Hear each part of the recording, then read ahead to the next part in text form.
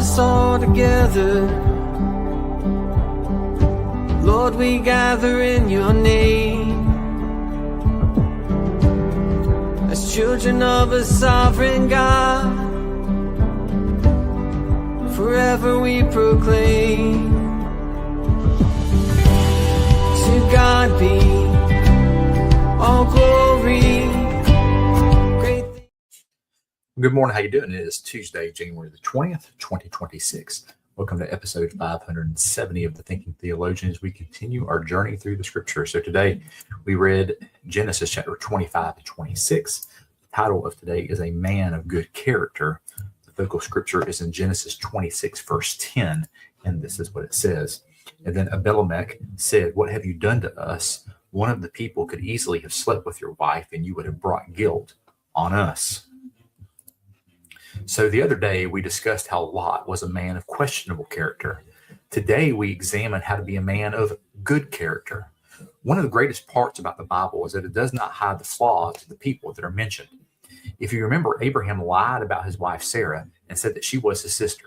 Now Isaac lies about his wife Rebekah and says the same thing to Abimelech. However, Isaac is caught caressing his wife by the king. But he looks and he sees Isaac caressing his wife. And he's like, "Dude, what are you doing? It's obviously not your sister."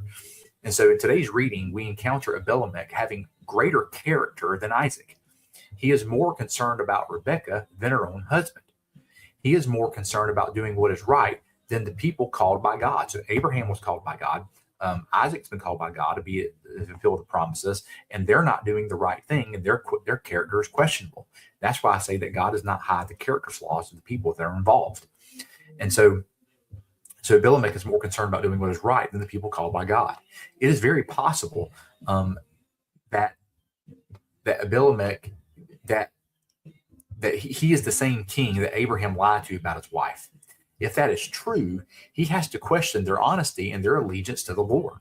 So first, your dad lies about his wife being his sister. Now you're lying about your wife being your sister. And so where did you learn this from? Obviously, your dad. And so y'all got some questionable character, even though you claim to serve the God above all.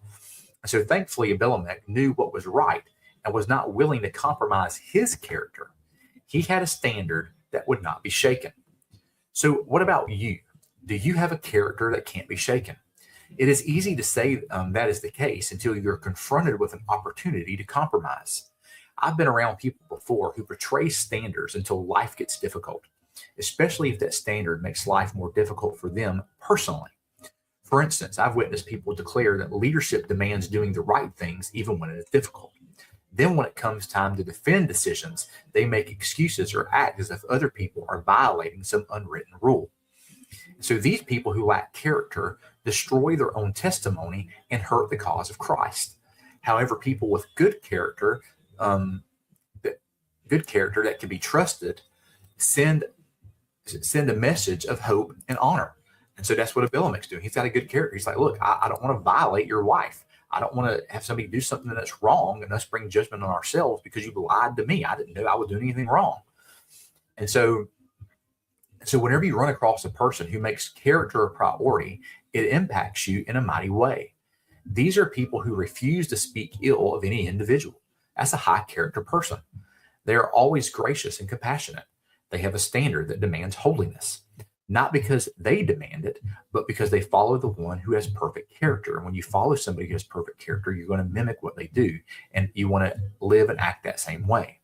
So my challenge to you today is to be a person of great character. Don't compromise your standards for anyone or anything, even if it costs you personally. Good character and reputation matter more than you'll ever know. Be a person of good character that holds the line even when others refuse to do so in their own lives. And that's the type of person that I need to be, the type of person that you need to be. So be a man of good character. Don't compromise because it's easy to do, because it is easy to compromise, to kind of give in and do things that you shouldn't do because the pressure is too much. And here we see Isaac, just like his father Abraham, lie about his wife. In his own mind, he might have been trying to excuse what was going on, but no matter what, it was still a lie. He wasn't telling the truth. And especially if Abimelech was the same person, he should have known and heard the stories of how Abimelech was a man of character to begin with. And so there's several things here on this front. So be a person of character that can be trusted. Don't be a person that violates your character because it's easy for you to do. And go back, like I said before, especially if you're in a position of leadership, your character really does matter. You can't say one thing out front in front of others and to behave another way. That is one of the biggest pet peeves I have. Like I said, my pet peeves are kind of go in order. They go smacking people who smack food. That's my number one pet peeve, drives me insane.